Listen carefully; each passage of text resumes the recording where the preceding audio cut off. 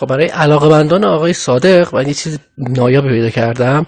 علتش اینه که 2 روز قبل در مورد ایشون آقای صادق بوقی معروف هست که الان خیلی معروف شده و بعضا محبوب شده، من یه ویدیو درست کردم و اونجا یه منطقی رو گفتم که خیلی از علاقه‌مندان به ایشون خیلی بعد بیرا اینا تو یوتیوب نوشته بودن. حالا اینو من به عوض اون دارم منتشر میکنم برای علاقه‌مندان به ایشون و مربوط هستش به یک رویداد ورزشی. ایشون لیدر اصلا همین خاطر بهش میگن بوقی دیگه، اونجا شیپورچی بوده و اینا.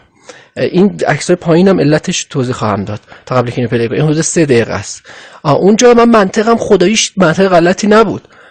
گفتم ایشون توی بازار، تو محل تجاری که باید دستگاه‌های مختلف اونجا بتونن کار مدیریتی انجام بدن، در واقع این کار انجام داده بوده که چیز مثلا منفی داشته از دید حقوقی. بعد دیدم که خیلی جبهه گرفتن آدم. حالا این به عوض اون در ویدیوهای دیگه هم میام حالا چیزهای دیگر رو منتشر میکنم خواهم گفت. این ویدیو مربوط هستش به یک رویداد ورزشی همونطور که گفتم. ایشون لیدر داماش بوده سالها. داماش هم مال گیلانه دیگه، مال رشته. سپیدرود هم مال همونجاست. ایشون اونجا در واقع لیدری میکرده و تشویق میکرده و مدت طولانی. بعد اینم موضوع نشون میده که من خودم اصلا تو این چیزا هستم. من طرفدار تیم آلومینیوم عراق هستم. چون خودم عراقی ام. اونجا مثلا کسی داریم از این صادق بوقی هم صادق بوقی تره. اصغر عابدزاده همه جا رو دیوار مینویسه اینو. چند بارم شهرداری ازش شکایت کرده و خیلی طرفدار شدید عابدزاده است و اصلا اسم بچه‌های خواهرش رو گذاشته چیز احمد رضا.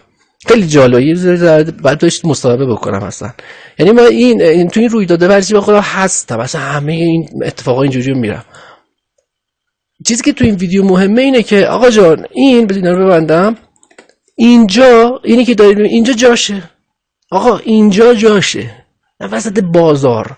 خب اینجا یعنی افراد رفتن اونجا، در واقع یک رویدادیه که در واقع چیز تجمع حمایتی از این تیم ورزشی و غیره. حالا من ویدیو رو پلی می‌کنم، خیلی جالب و انگیزه. یه سری چیزا هم مثلا اینا که تو کار پارکور و اینا هم هستن درست کردن تا اونجایی که قوانین اجازه بده، چون من در آپارات میخوام منتشر بکنم اینا رو ببندم که ویدیو گیر نکنه. چون در آپارات میخوام منتشر بکنم اول باید بازبینی بکنم ببینم که کدوماش اونایی که ارزش مثلا چیزای هنری داشته رو من میام تا این 2 روز نشون میدم. یه ویدیو هم درست میکنم در مورد واکنش هایی که مثلا افراد در ایران داشتن به این موضوع آقای صادق بوقی. فامیلیش من دونسته بودم دیروز دارم فراموش کردم، اگه یادم اومد توی کامنت ها میذارم. خب اینو پلی بکنم براتون، اینا هم ببندم. خب یه لحظه. خب این تو ورزشگاه بوده، یه جایش یه چیزی میگن، من اون یه تیکر میزنم جلو. این حالا قابلیت پخش نداره تیکش، ولی بقیه جاش جالب انگیزه. پس ایشون نشون اینجا موهاشم بلندتر بوده، نشون میده که این آهنگی که همین که تکرار میکنه رو خیلی متن ساده است، چیزی مثلا خاصی نیستش که مثلا چیز عجیب و غریبی نیست.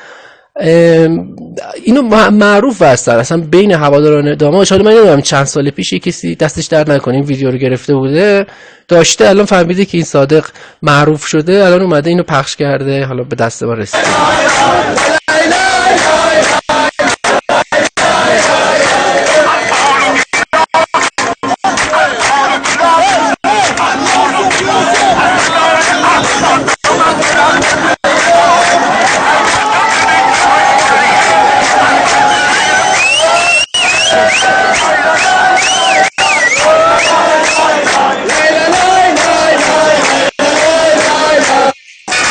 اونجایی که میکنه جالبه.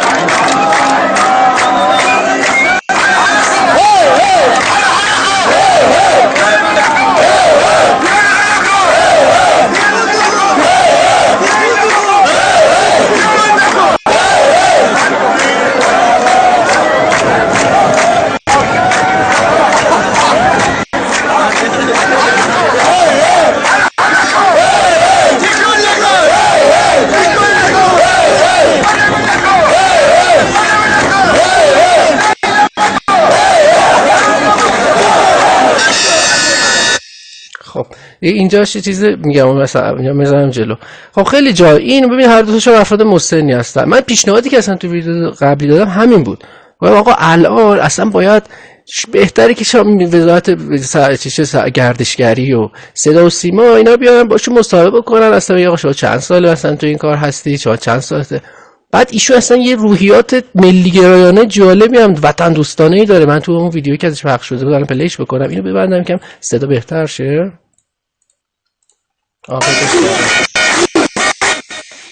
یا همین جوری هست توی ورزشگاه. خب همین جوریه دیگه، کلیپش همین بود، چیز خاصی نداشت. اینو می‌خواستم بگم. ببین این خیلی حرف جالبی میزنه. من ایرانی واقعی ایرانم دوست دارم، بچه همینجا هم هستم، هر موقع امری فرمایش باشه. خب ایشون در واقع خیلی جالب انگیزه، یعنی این باید مثلا باش بودن مثلا مصاحبه میکردن و در واقع این پاورش میکردن. همین میخواستم بگم. خب بعد آقا یه چیز، من فامیلیشو اگه یه کسی به من گفت، اگه یادم توی کامنت ها می‌نویسم، اگه هر نظری داشتید بنویسید. پس این شد چی؟ این کلیپ قدیمیه آقای چی تکی داره تشویق میکنه تیم داماش گیلانو. یه تیم هم دارن مال انزلیه، خیلی تیم خفری داره اونجا. ایشون پس فهمیدیم که لیدر اونجا بوده، اینم چیزش هستش. خب پس من 3 تا ویدیو دیگه در موضوع ایشون درست کردم. یکی کمی آهنگ توی هند جمال اونجا وایرال شده در این باره، در همین حوزه خبرهای موسیقی و اینا. و علاوه بر این که نظراتی که در مورد ایشون بوده و همین اگه در آپارات میبینید در یوتیوب در همینجا منتشر خواهم شد. آقا پس این در به اون که چیزای افراد مثلا منفی گفتن که شما چرا توجیه کردی که مثلا ایشون صفحه اینستاگرامش بسته شد و غیره. خب پس این به اون در. خب فعلا همین. خدا نگهدار. امروز هم فکر کنم دوشنبه 20 آذر 1402 بود. خدا نگهدار. هر نظری هم داشتید بنویسید، همه رو میخونم، همه رو هم جواب میدم.